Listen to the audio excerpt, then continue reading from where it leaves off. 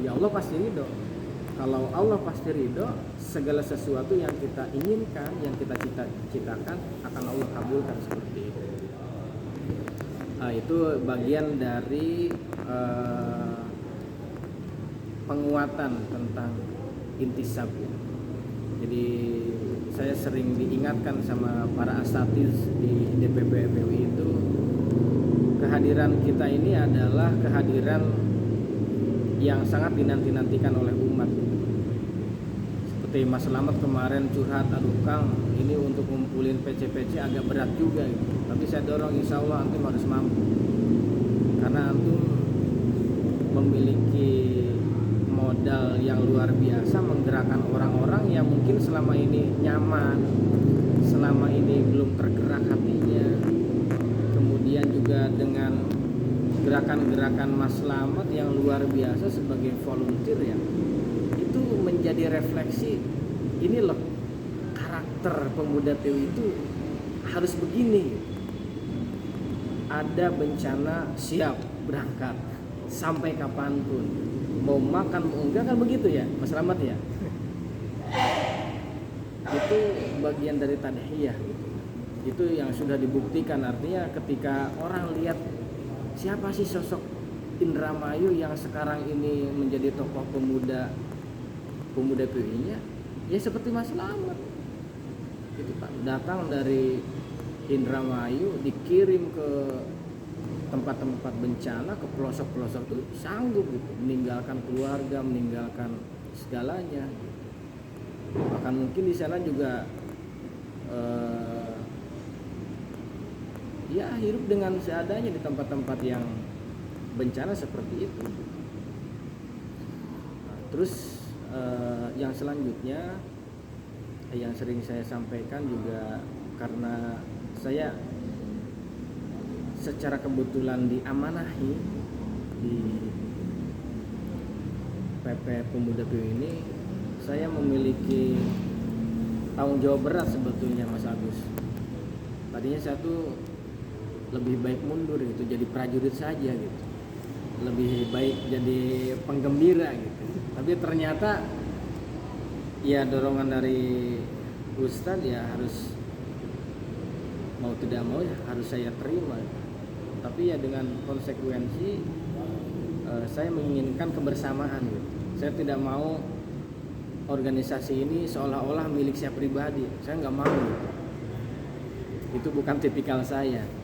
Tapi bagaimana organisasi ini maju bersama, kemudian kita kelola bersama dengan atas kesadaran bersama gitu. Jadi kalau trek jalan itu jangan sampai ada yang belok-belok kanan kiri gitu kan. Kalau sekalinya harus lurus gitu. Kalau misalkan mau belok yang teratur, belok yang tertib, tapi sesuai dengan tujuan. Itu seperti itu. Itu bagian dari dinamika dalam pengelolaan organisasi.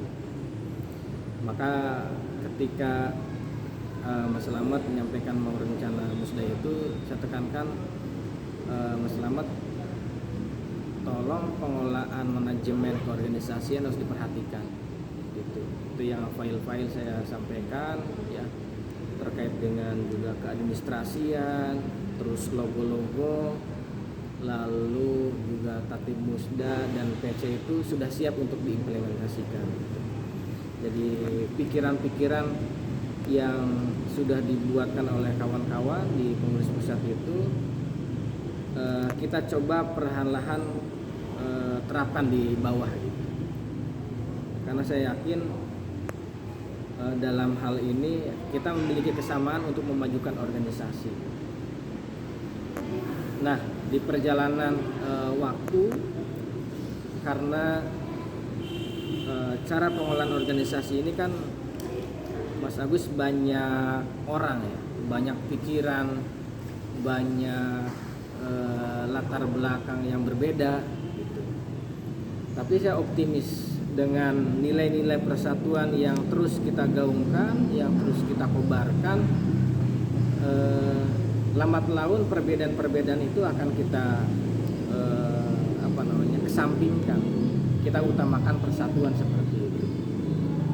Jadi saya tidak mau banyak hal yang istilahnya, apalagi kita capek kalau terus-terusan ada konflik, tiap musda ada konflik, tiap muswil ada konflik gitu kan. Jadi kita ini rumah bersama, kita rawat bersama, besarkan bersama, bangun bersama seperti itu. Jadi dinamika-dinamika yang dalam organisasi itu jangan sampai terus-terusan dipelihara gitu, bertahun-tahun bahkan diwariskan gitu. Ini klannya si A, yang terpilih klannya si A, terus aja konflik dengan si B sampai berlarut-larut gitu. Saya nggak mau seperti itu. Makanya semangat ukhuwah, semangat organisasi yang islahul mujtama itu yang harus betul-betul kita realisasikan di dalam organisasi. Jadi kalau kita bicara keluar, bicara tentang pengolahan kemasyarakatan, kebangsaan, kita belajar di dalam dulu gitu. Entah nanti suatu saat Allah takdirkan kita ini menjadi siapapun, kita sudah belajar bagaimana memanage organisasi seperti apa gitu. Kemudian mengolah seperti apa. Terus juga kalau masih ada bukunya mungkin ya, masih ada bukunya. Kita ini Kang Agus, pemuda PUI, itu lahirnya memang sudah lama, sebelum Indonesia merdeka. Bahkan sebelum adanya Sumpah Pemuda, kita tahun 17 ya. Nah ini yang harus menjadi semangat bersama kita itu, agar sampai pemuda PUI ini dilihat eksistensinya oleh masyarakat luas, terutama oleh umat ini sebagai pionir kebangkitan umat. Karena kalau dilihat dari buku direktori Kemenag itu, kita sering disejajarkan dengan OKP-OKP Islam yang baru lahir, hingga terkadang ya, bukan terkadang lagi, dikesampingkan, tidak diprioritaskan, kemudian dianggap sebagai OKP kelas berapa gitu. Makanya dengan catatan-catatan saya itu yang saya ramu, saya tuliskan itu, jadi sampai ke PC-PC itu, sampai ke ranting, bahwa kita ini sebagai organisasi kepemudaan Islam PUI yang lahir tahun 17. Nah kalau sudah tahun 17 berarti kita sudah berapa, 100 berapa Kang? 112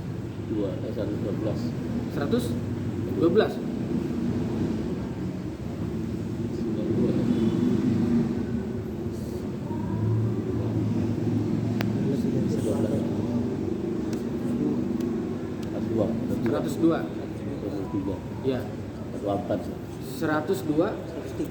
103 tahun, luar biasa itu. Muhammadiyah tahun 12, NU tahun 26 ya, kita tua. Jadi seiring dengan didirikannya Hayatul Qulub ya, Inanatul Thalibin yang cikal bakal PUI itu di tahun 11, kita 7 tahun berikutnya didirikan dalam bentuk Majelis Pemuda. Itu yang harus digaungkan terus sama Kang Agus Fidian ke teman-teman ya di Indramayu, baik di internal maupun eksternal gitu. Jadi supaya giroh kita ini sebagai organisasi yang memiliki jasa yang luar biasa terhadap bangsa ini terus kita rawat gitu. Bukan dalam artian kita sombong, bukan. Tapi itu adalah sebagai bentuk kebanggaan tersendiri bagi kita dan juga masyarakat luas. Kita ini kan mengirimkan aktivis-aktivis brilian yang hebat-hebat seperti Mr. Samsudin, Kiai Haji Abdul Halim, Kiai Haji Ahmad Sanusi, yang merumuskan dasar negara lewat BPUPKI. Jadi beliau-beliau ini sebagai pahlawan bangsa, pahlawan nasional yang harus kita rawat bersama gitu.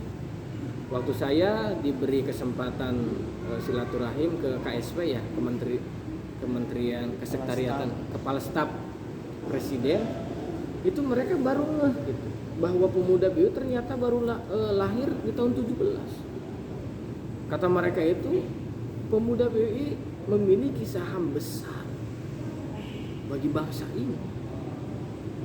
Gitu. Alhamdulillah itu nyampe ke istana Mas Slamet. Tadinya nggak sampai. Gitu. Kemarin kita ngirim surat juga ke Wapres, ditolak. Saya bilang ke Kang Rusli, kirim lagi suratnya sampai tembus. Apa alasannya? Kan menolak kita. Kita yang membela, berjuang, masuk HEIHO, masuk Laskar Hizbullah, perang, angkat senjata. Bukan yang hanya bicara di podium, kita ini betul-betul terjun membela negara gitu. Nah, itu yang ingin saya tanamkan pada sahabat-sahabat sekalian, bahwa ini kita punya hak terhadap bangsa ini. Nanti suatu saat Mas Slamet, Kang Lutfi, Kang Agus, juga Kang Hendrik memiliki kesempatan terbaik di masyarakat, dipercaya oleh masyarakat itu memiliki hak. Dan saya juga cukup berbangga dengan proses musda ini, meskipun mungkin persiapannya mepet ya, tapi ya alhamdulillah bisa terselenggara dengan baik. Tapi nanti kita perlahan-lahan sedikit-sedikit kita rapihkan ya. Untuk sekretariatnya siapa Kang? Sekretarisnya Kang Slamet ya. Nanti Kang Slamet bisa komunikasi dengan saya ya. Butuh data, file segala macam nanti akan saya kirim. Gitu kan. Terus nanti segera untuk pelantikan ya Kang Agus. Kemudian laporan ke Kesbangpol. Belum. Ya, kemarin juga kan sempat disinggung dari kayak ada Panganang kan. Iya. Ya selama ini memang belum.